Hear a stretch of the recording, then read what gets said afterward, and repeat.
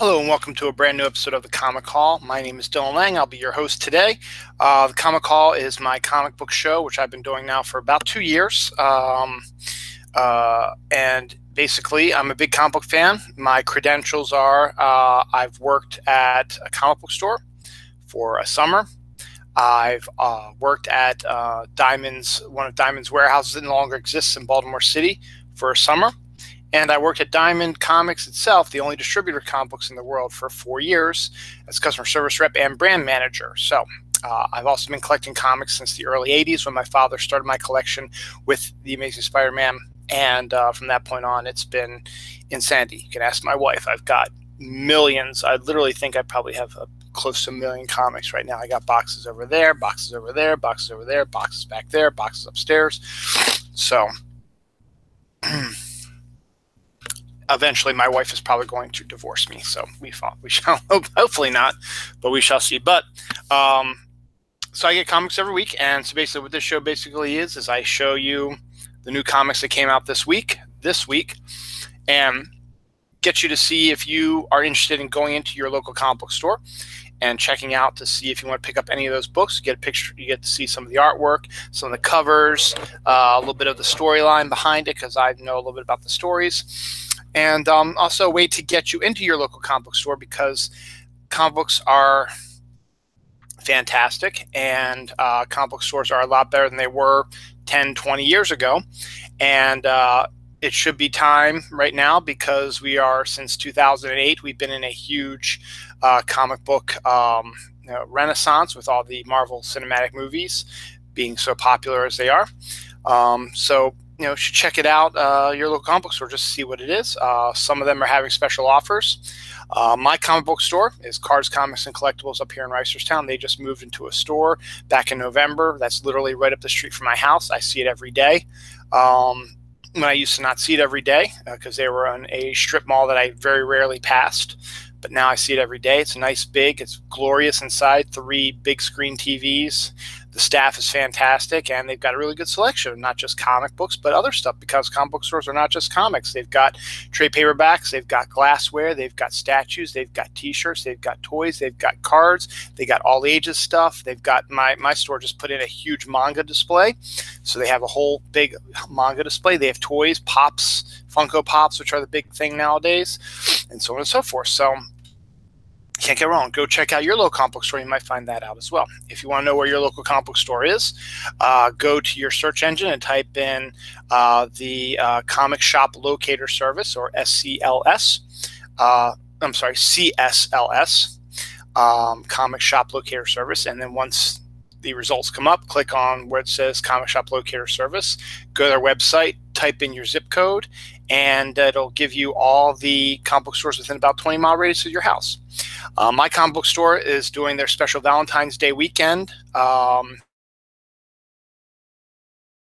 event starting on. Everything is literally 50% off except for new comics and new trades, but toys, glassware, all this stuff, back issues, all kinds of stuff. So I'm going to maybe go in there, pick up some Pops. There's a Pop I've had my eye on for me personally that I'm going to probably get at half price, and maybe some trades, and we'll see what else is out there. So, but go to your comic book store anyway and just check out your comic book store and see what else. And also see that comic books are not just about superheroes. A lot of them are, and you'll see that here, but hopefully you'll see some that aren't as well. This week is the first week of February, and it's one of the biggest first weeks I've had in a really long time. It's also really expensive for a couple of reasons, which I'll get to in a few minutes. But it is a really, really big week. It was a really, really big week this week. So, hey, go in this weekend, and there's a whole bunch of new stuff in there. Some number ones, some continuing stories, and a lot of stores will have the previous issues up on the shelf before they go to the back issue. So if you're like, say, an issue 4 of a book came out this week, you might be able to find 1, 2, and 3 up on the shelf before it goes to the back issue bin. So we'll see. But anyway, let's dive right into it. So this is all stuff that's out this week, the week of February 7th, 2018. This is the Valentine's Day weekend, since Valentine's Day is next Wednesday. So new comic book day next week is on Valentine's Day. So we'll see what happens. First up, jinx. Batman White Knight number 5. Again, I'm going to keep doing a mea culpa because when this was first announced, I thought it was going to be a disastrous miniseries. Out of curiosity, I picked up the first issue, and I got hooked. This is an excellent story by Sean Murphy, who is writer and artist. Gorgeous cover, as you can see. Fantastic. The basic premise is an alternate reality where Jack Napier, who was the Joker, has been cured of being the Joker, and now he's an upstanding citizen. Harley Quinn is in love with him still, and meanwhile Batman is a bad guy, and there's an evil Harley Quinn out there who's totally different. But it's gorgeous artwork. Just a great characters, great story. You also get a little bit of Nightwing, Batgirl, they're in here as well. Alfred is in here. Just some really nice looking artwork, and a really interesting story, and just well worth it. And it is a classic in the making, so I would definitely highly recommend it. As I said, I was hesitant about it, but I've changed my mind on this, and I am super excited for Batman White Knight. So I highly recommend it. It's only an 8-issue miniseries, so it's almost over. So pick up what you can, or wait for the trade if you want to do that also and get it all in one shot. Sean Murphy is trying to petition DC to let him do an unrated version of the book. He's had to do some censoring because it is a violent, sexy comic, and there have been nudity and violence in it that he's had to cut down a little bit and censor himself because of you want to keep it so everybody gets it. But he wants to do an uncut version, and to be honest, I think that'd be freaking hilarious. Not hilarious, it'd be freaking awesome. So outstanding. So that's all. Batman just keeps getting better because Tom King's Batman, it continues to be excellent, and the main reason why is because he's showing Batman in a different light.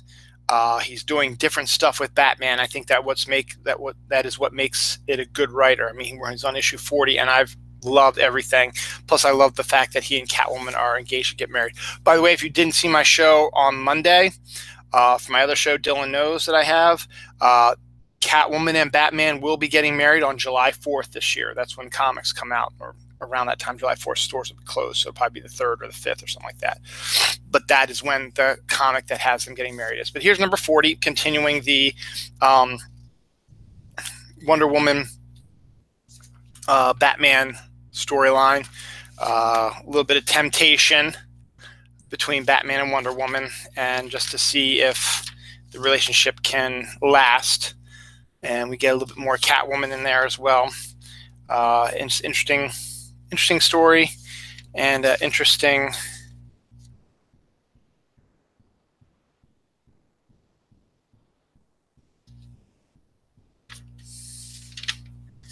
It's a really good story. So, and continues to be a really good story. So, pick up the trades. Like this weekend, I said my store's doing their Valentine's Day weekend sale.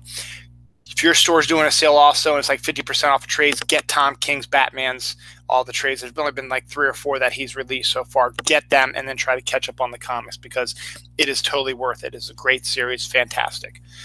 Another series that has made the news this week as well, Superman number 40. We have now learned that Brian Michael Bendis, who jumped ship from Marvel to DC, will be working on rebooting Superman. Technically, it's a reboot, which is, we'll see what happens, but he will be doing a 6-issue Man of Steel miniseries, very much similar how John Byrne did when he jumped ship from Marvel to DC and rebooted Superman back in 1986. Bendis is going to do that as well with this 6-issue miniseries about Man of Steel. And it's going to lead to a new number 1 Superman, which pisses me off because this is number 40 and he's already, I hate when they keep doing number 1s, but it's Brian Michael Bendis, so they got to do it. He's also he's taking over Superman. He's also taking over Action Comics, but they're going to let that go to 1001 because they made a big deal about it hitting 1000 next in May. So they're going to do 1001. and have Bendis take over then for that as well. So that's coming up soon. But until then, we still got a few more Superman books. Peter Tomasi and Patrick Gleason have been doing a fantastic job on Superman. Haven't been as big of a fan of Dan Jurgens' Action Comics, but we'll see what happens. This issue, however, is not written by Peter Tomasi or Patrick Gleason.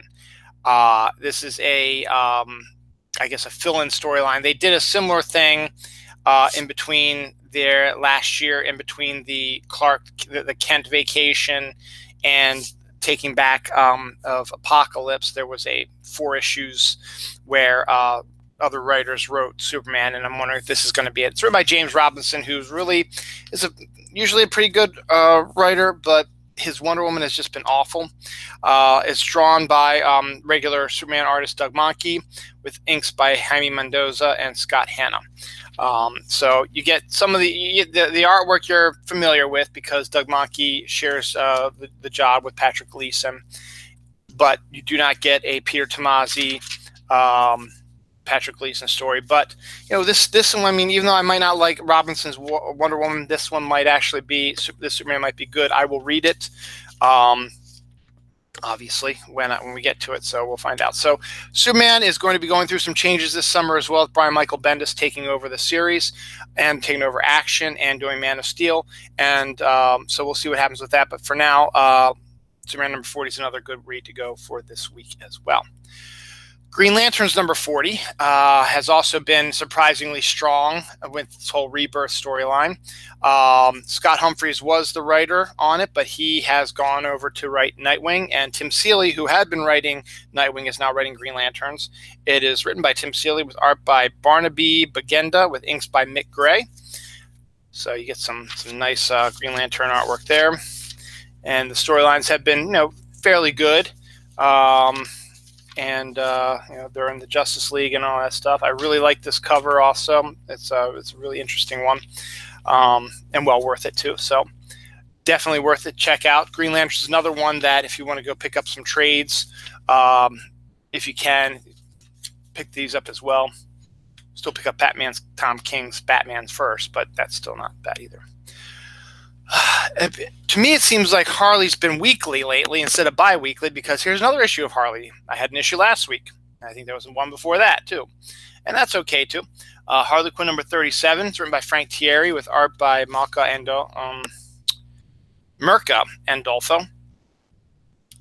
Again, once Jimmy Palmiotti and Amanda Conner left, I wasn't going to keep going with it, but I've been liking the covers and just checking out to see what Frank Thierry's doing. He's trying to get it a bit more into the Batman world, with appearances by Man-Bat and the Penguin and stuff like that. So I'll probably stick with it for a little while longer, so we'll see. I had 2 viewers at one point. Now they both left. Oh, well. Next up, I'm not so sure how I feel about this. Maybe if I read it in context, I'd understand a bit better. But Justice League number 38. It's written by Christopher Priest, who is a great writer, and I'm glad he's writing Justice League, with art by Marco Santucci. But for whatever reason, it seems as if Christopher Priest really isn't paying attention to what's going on in the world of Batman, because he's got Batman flirting with Jessica, the female Green Lantern, in here, and even getting them so far as to kiss. And I'm not a big fan of that, because he's going to marry Catwoman, and to introduce something like that is pretty stupid. But we'll see. I still have faith in Christopher Priest. Maybe he's got something planned for it. We'll see. That's the only reason why I picked up Justice League again, because he's starting to write again. So, but if this continues, I don't know how much longer I can handle it. So we'll see. Speaking of Christopher Priest, here's book 2 on Christopher Priest week, Deathstroke number 28. He's been writing this since the book started. He's got Diogenes Navies and Trevor Scott as his art team. So, and Ryan Sook on covers, so you can't beat that. Deathstroke has been phenomenal, so at least that's a good thing. What the hell? well, I haven't read this issue yet, so I'm not exactly sure what I just saw. But okay. So definitely nice artwork. Christopher Priest is always a fantastic writer you want to keep your eye on and go for it. Bombshells United number 11. Continuing the saga of an alternate reality where the super heroines, the super women of the DC universe fought during World War II. And you get to see all of them. Here's the Batgirl version in this version. So it's during World War II. It's written by Marguerite Bennett with art by Stephen Byrne. So the Dodsons did the artwork on the cover. I wish they'd maybe do a piece here and there. But it's always a interesting saga. Bombshells, I've got all the trades from the first series, and I've been buying these comics so I can read these on time. But you gotta love Marguerite Bennett, and it's a interesting take on a different take on superheroes, and again, all female leads for the most part. So gotta love that too. Black Lightning, Cold Dead Hands number 4. The Black Lightning TV series is a hit on the CW, and they are doing the 6-issue miniseries, but they also brought back Tony Isabella to write it, who was the creator of Black Lightning. So he's writing this with art by, I think it's Clayton Henry and Evil Goucher. And so we're continuing the story about Black Lightning. It's a 6-issue miniseries. Black Lightning has always been an interesting character to me, so I figured I'll stick with the 6 issues and then go from there. But definitely, you know, again, worthwhile trying to open up, you know, the characters. We had all-female teams, and now we have an African-American hero fighting, so you got to do that. So definitely check it out. And the fact that you have Tony Isabella, who created Black Lightning, is writing him again, I think it's a really cool idea too. That's it for regular DCs.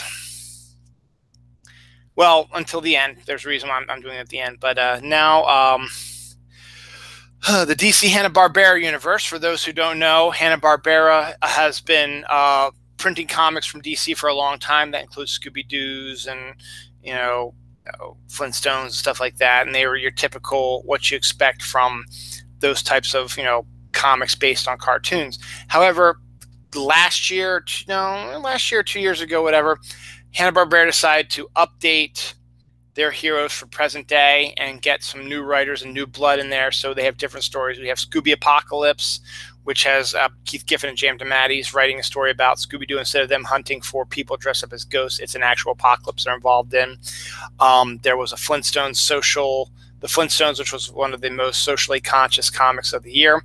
And speaking of Flintstones, that was written by Mark Russell. And Mark Russell, after 12 issues, left it because he only wanted to write 12 issues. Well, guess what? He's now back with another miniseries called the Snagglepuss Chronicles. Exit Stage left the Snagglepuss Chronicles, and he's still doing the social media stuff. Not social media. The talking about social issues, stuff like that. But this time, he's having it take place in the 1950s, where Snagglepuss plays a gay Southern playwright, and it's right in the middle of the McCarthyism. So it's written by Mark Russell with art by Mike Feehan and inks by Mark Morales. So I read the first issue. It was as brilliant as his Flintstones was, and it's a lot of fun, you know, seeing what gay people probably actually went through in the 1950s to hide their homosexuality, as well as, you know, bring in some other characters, Huckleberry Hound and stuff like that. So Augie Doggy is in there as well. All kinds of really cool, fantastic stuff. Plus, there's a backup, Sasovich Detective Anniversary, creator, written by Brandy Stillwell with art by Gustavo Vasquez. I have no idea who this is, so we'll see. But it's a backup. But Snagglepuss is what you really want to read, or Snagglepuss is what you really want to read. So definitely check that out. First issue came out last month, so you should be able to see the first issue as well. Jimmy Palmiotti's version of the Jetsons has been fantastic as well. It's making it more like the Fantastic Four, which is really cool. Pierre Brito is the artist, and basically there is a asteroid that's going to be on a collision course with Earth, and Jane Jetson is the only one who can save the day. And and the family is, familiar, how you remember them from the cartoons a little bit, but they've been updated to more recent times. So pretty interesting take on it. I've enjoyed the first few issues I've read of this so far, so I wouldn't be surprised if I continue it. And it's Jimmy Palmiotti, so can't go wrong with that. So it's only 6 issues also. This isn't Hanna-Barbera-esque, but this is also Archie Comics has been doing a really good job with their comics as well, and they've decided to do a crossover with DC. It's Harley and Ivy meet Betty and Veronica. This one's almost over also. It's issue 5 of 6. It's written by, I think it's always in the back, Mark Andreyko and Paul Dini, written with art by Laura Braga and Adriana Mello. So you get Paul Dini, who created Harley Quinn, writing her again as Harley and Ivy meet Betty and Veronica. So you get a little bit of Archie-ness in there. It's more of an updated Archie, but still it's Archie characters meeting Batman characters. So can't beat that. So been a great series as well, and definitely worthwhile. Young Animal is going under its own little rebirth after they do a bunch of one-shots. The first one-shot was Doom Patrol and Justice League, and that came out last week. This week we have Mother Panic and Batman, and next week we have another one, and then the week after that we have another one. But I can tell you a little bit about the new Young Animal in a second. But this is a storyline called Milk Wars, which is going to cross over with the DC Universe, but in a kind of an off-kilter way. It's written by Jody Hauser with art by Ty Templeton. Really? Okay. Mother Panic's been really good. She does operate in Gotham. So you got all kinds of cool stuff about that, and then her crossover with Batman in a roundabout way. Young Animal's trying to be like Vertigo, but not. And so the next one is going to be Doom Patrol, Justice League America, and don't miss Shade the Changing Girl and Wonder Woman, and Cave Carson has a cybernetic eye with Swamp Thing. So we got a few more to go through with this. But the new Young Animal is going to consist of Shade the Changing Woman, Eternity Girl, Cave Carson has an Interstellar Eye, and Mother Panic Gotham AD. So, after this Milk War storyline, you're going to get a new Young Animal. So we'll see what's up about that. I've been hit or miss with the Young Animal. Have been enjoying a little bit of it, but the rest of the time it's sort of like, and it hasn't been really consistent. So, Cave Carson has been, because you've got Michael Avon Oeming doing the artwork, and he's always consistent when it comes to doing stuff. So we'll see. Now, that was it for the main stuff like that, but I had to leave these two for last because this is what killed me this week price-wise. But again, it hit my weakness. I'm a sucker for specials and short stories and stuff like that. Well, there are 2 specials out this week, and they're both really expensive. They're both 80 pages long, and they're both different price points, but they are both different. This one is Young Monsters in Love, which is all new material, written by a whole bunch of different writers and artists with all different types of characters. A great Kelly Jones cover, the Swamp Thing and Frankenstein and Bride of Frankenstein. It's Valentine's Day weekend, so why not pick that up as well? So it's 80 pages, so you get a number of stories. You get Nocturnal Animal, a man-bat story written by Kyle Higgins with art by Kelly Jones. Pieces of Me, a Frankenstein Agent of Shade story written by Tim Seeley with art by Giuseppe Camuncoli with inks by Cam Smith. Buried on Sunday, a Solomon Grundy story written by Margaret Scott, pencils by Brian Hitch, inks by Andrew Curry. The Dead Can Dance, a Raven story written by Colin Kelly and Jackson Lansing with art by Javier Fernandez. Be My Valentine, a Dead Man story, love Dead Man, written by Paul Dini of all people, and art by Guillaume March, so that's going to be great. Heart-Shaped Box, Swamp Thing story written by Mark Russell, who did Snagglepuss, and art by Fraser Irving, another really good artist. Visibility, a Monsieur Mala and the Brain story written by Steve Orlando with art by Nick Klein. The Turning of Deborah Dancer, an I, Vampire story, written by Alyssa Whitney, with art by Stephanie Hans. To Hell and Gone, a demon story written by Phil Hester, with art by Mirko Kolak. And Dear Velcoro, a Creature Commando story written by James Robinson, with art by John McCrae. So you got 1, 2, 3, 4, 5, 6, 7, 8, 9, 10 stories done by great creative teams. Here's some of the Kelly Jones, Kyle Higgins stuff. Let's see a little bit of each story. This is the Frankenstein one. See the artwork a little bit there. This is the Solomon Grundy one by Brian Hitch. Art by Brian Hitch. This is the Raven story.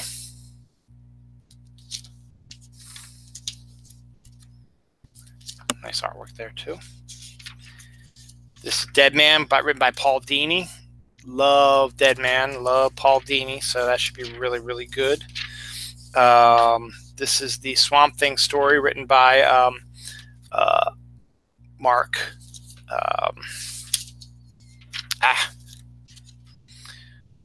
By Mark Russell, with art by Fraser Irving. His artwork is really, really interesting as well.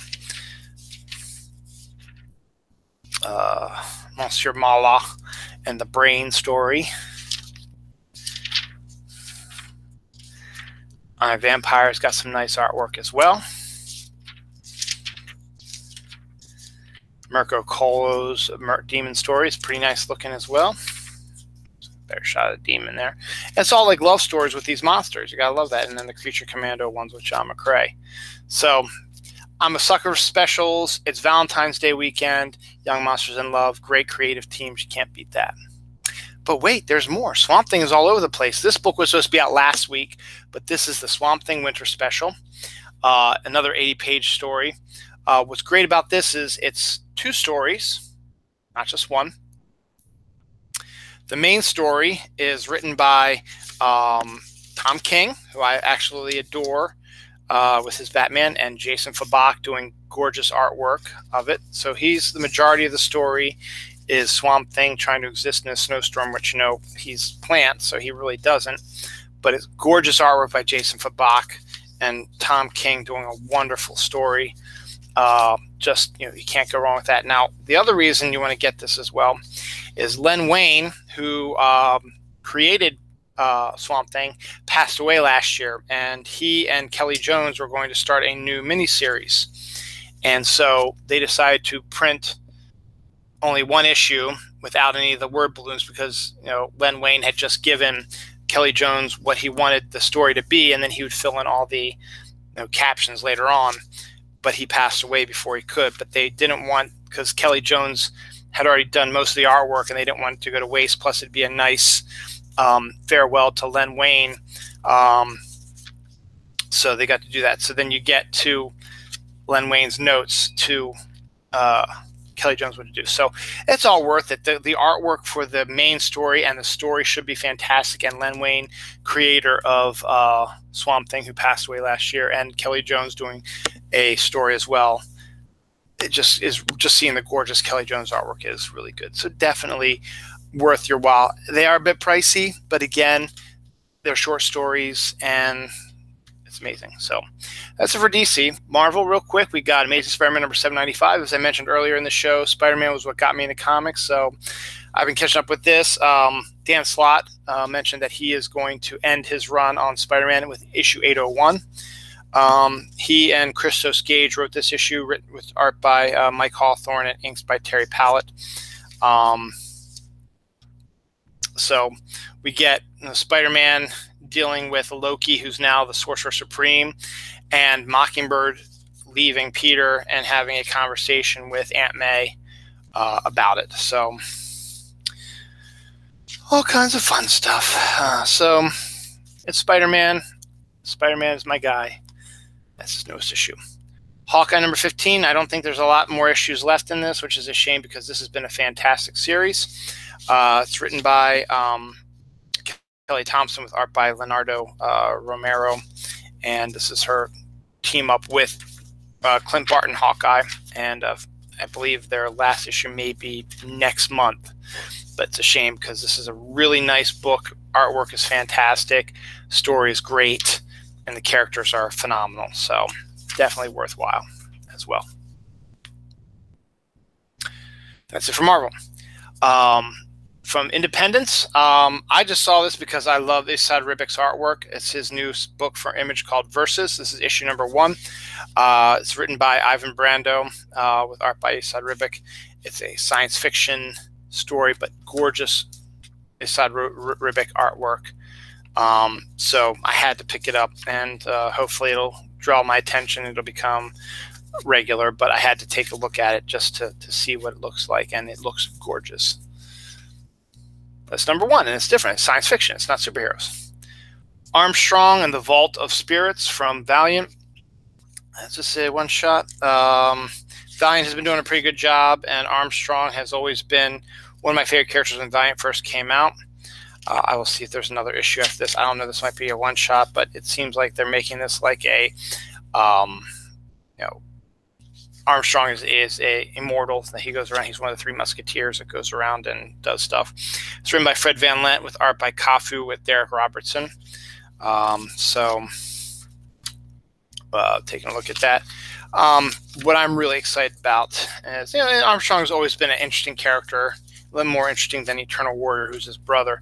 Because Armstrong was like the fun guy. So an interesting story. So I figure I'd pick it up because it looks like it's a one shot only.